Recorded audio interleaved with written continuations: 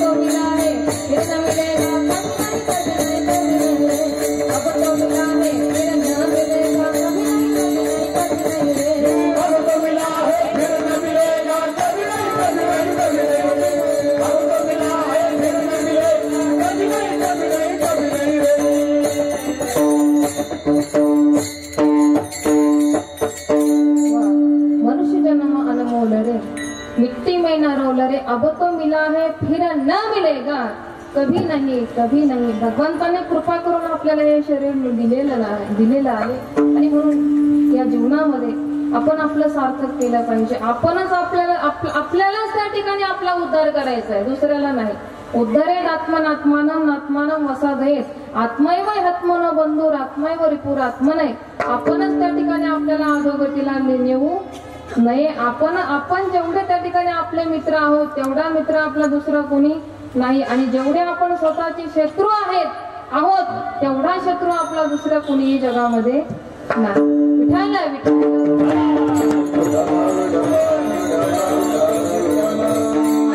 वर्म जाणून त्या ठिकाणी कर्म केलं पाहिजे. तुका म्हणे वर्मे जाणून या तरती. कोणत्या वयात माणसानं कुठलं कर्म करावं याच्याकरता सुद्धा शास्त्र आहे. सुभाषितकार सांगतात वर्णन करून.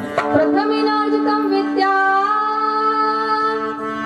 द्वितीयेनार्जितं धनं तृतीयेनार्जितं पुण्यं चतुर्थे किं करिष्यति. पहिल्या 25 वर्षामध्ये विद्या मिळवली नाही, दुसऱ्या 25 वर्षामध्ये धन मिळवलं नाही, तिसऱ्या 25 वर्षामध्ये पुण्य मिळवलं नाही, तर शेवटच्या 25 वर्षामध्ये काय फजिती होते तुम्हाला सांगते. भजन करा.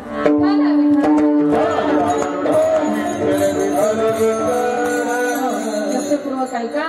पहिल्या 25 वर्षामध्ये विद्या मिळवली नाही तर जन्मभर कष्ट करावे लागतात. पहिल्या 25 वर्षामध्ये विद्या मिळवली नाही तर जन्मभर कष्ट करावे लागतात. दुसऱ्या 25 वर्षामध्ये धन मिळवलं नाही तर घरामध्ये पोरांची बोलणी खावी लागतात. मग पोरं वेळोवेळी म्हणतात आमच्या म्हाताऱ्याला काही कळत नाही. लहानपणी आई म्हणते आमच्या बाळूला काही कळत नाही. लहानपणी आई म्हणते आमच्या बाळूला काही कळत नाही. लग्न झाल्यानंतर बायको म्हणते आमच्या यांना काही कळत नाही. आणि म्हातारपणात पोरं म्हणतात आमच्या म्हाताऱ्याला काही कळत नाही. महाराज आता नेमकं कळतं कधी हेच मला कळत नाही. आणि म्हणून दुसऱ्या 25 वर्षामध्ये धन मिळवलं नाही, पोरांची बोलणी खावी लागतात. तिसऱ्या 25 वर्षामध्ये पुण्य मिळवलं नाही तर काळाचे तडाखे खावे लागतात. आणि शेवटी मरणाच्या अवस्थेला मग यमराज त्या ठिकाणी आपल्या दूतांना पाठवतो आणि ते दूत आल्यानंतर आपल्याला श्रीफळ देऊन, श्वाल घालून, हार घालून आपला सत्कार करतात. आपल्याला त्या ठिकाणी आदराने घेऊन जातात.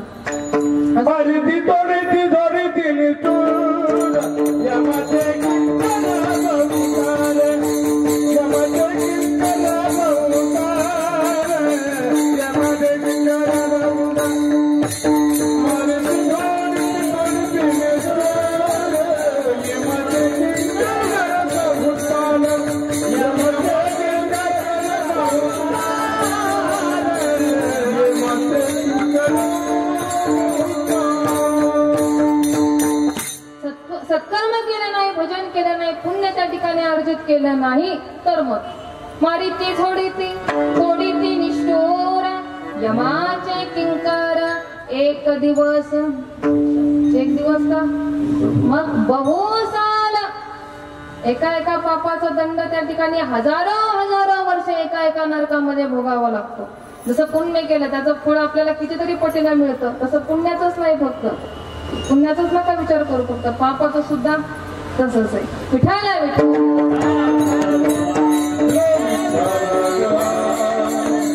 प्रत्येक माणसाला संत महात्म्याने वेळोवेळी जागा केलेला आहे. संत सांगून माणसं नामचिंतन करत नाहीत हेच आपल्याला कळत नाही. संत आता सांगतात म्हणून माणसाला त्याचं काहीच वाटत नाही, पण वेळ आल्यानंतर खरी किंमत कळते.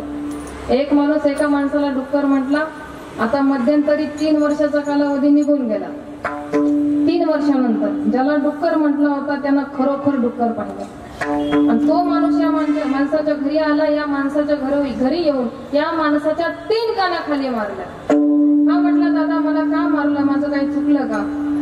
तो म्हटला, तू मला डुक्कर म्हटला होता. हा म्हटला, कधी? तो म्हटला, 3 वर्षापूर्वी. हा म्हटला, मग 3 वर्षापूर्वीच का नाही मारला? तो म्हटला, तेव्हा मी डुक्करच पाहिलं नव्हतं. आता पाहिलं म्हणून कळालं. तसं संत महात्मे आपल्याला सांगतात, पण माणसाला कळत नाही. आणि जेव्हा कळतं तेव्हा सांगायला कोणी नसतं, वेळ निघून गेलेली असते.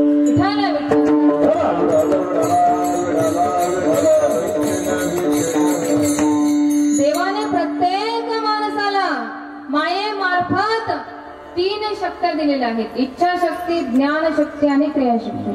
ज्ञानोबाराने एकाच ओवीत ज्ञानेश्वरीच्या 13व्या अध्यायामध्ये 3ही शक्त्या सांगितल्या आहेत. तळायकोणी झालिया विद्यायेच्या केलिया इच्छा ज्ञान क्रिया आलेले. इच्छाशक्ती हे बघा, इच्छाशक्तीच्या जोरावर जीवनामध्ये बऱ्याच लोकांनी इच्छाशक्तीच्या जोरावर जीवनामध्ये बऱ्याच लोकांनी खूप काही प्रगती केलेली आहे. इच्छा शब्द लक्षात घ्या बरं का. इच्छा असणारी मुंगी, इच्छा असणारी मुंगी हजारो मैल दूर जाऊ शकते, पण इच्छा नसणारा गरुड एक सुद्धा पाऊल पुढे टाकत नाही. आता मला तुम्हीच सांगा विचार करून, मुंगी कुठून गरुड कुठून?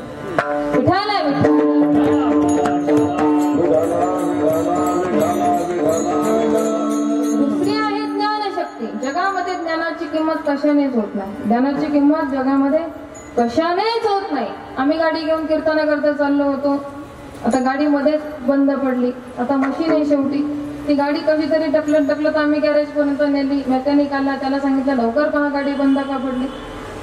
तो त्या ठिकाणी समोर आला, पुढचं बोनट उघडलं, इकडे तिकडे पाहिलं, स्क्रू आणला, स्क्रू बदलला, बोनट लावलं, गाडी स्टार्ट केली आणि म्हटलं 500 रुपये काढा.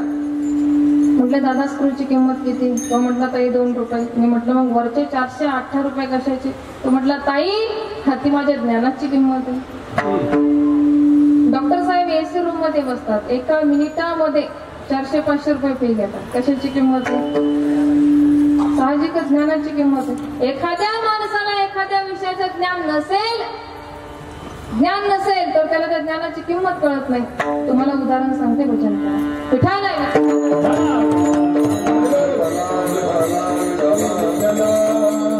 एक माणूस बसमध्ये बसला, त्याला पंढरपूरला जायचं होतं.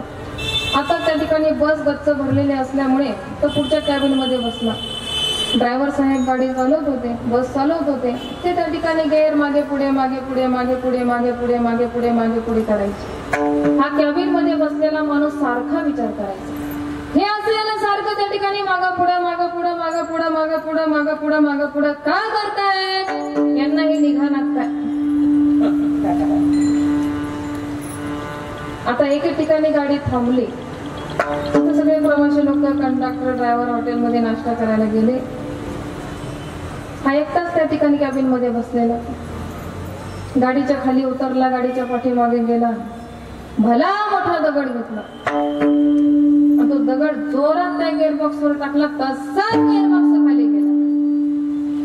आता सगळे प्रवासी लोक आले, कंडक्टर, ड्रायव्हर साहेबला गेअर टाकायचा तर गेअरबॉक्स खाली गेलेला. ड्रायव्हर साहेब त्या कॅबिन मध्ये बसलेल्या माणसाला म्हटले, का हो म्हणे, काय केलं गाडीला? तो कॅबिन मध्ये बसलेला माणूस म्हटला, मला तुमची कीव आली राव. बसमध्ये बसल्यापासून पाहतो म्हणे सारखं मागं पुढं मागं पुढं मागं पुढं मागं पुढं मागं पुढं मागं पुढं. तुम्ही त्याला काढण्याचा प्रयत्न करत होते, आपण ते तुम्हाला निघतच नव्हतं म्हणे आणि म्हणून मी ते काय दगडात काढलं. तात्पर्य मला एकच सांगायचं, गाडी चालवणाऱ्या ड्रायव्हरला त्या गेअरचं ज्ञान आहे की हा गेअर आहे हे त्याचं ज्ञान आहे. मी बसमध्ये बसल्यापासून पाहतोय निघाला काय, कॅबिन मध्ये बसलेल्या माणसाचं काय आहे, अज्ञान आहे. आणि म्हणून लक्षात ठेवा, ज्ञानाची किंमत जगात कशानेच होत नाही.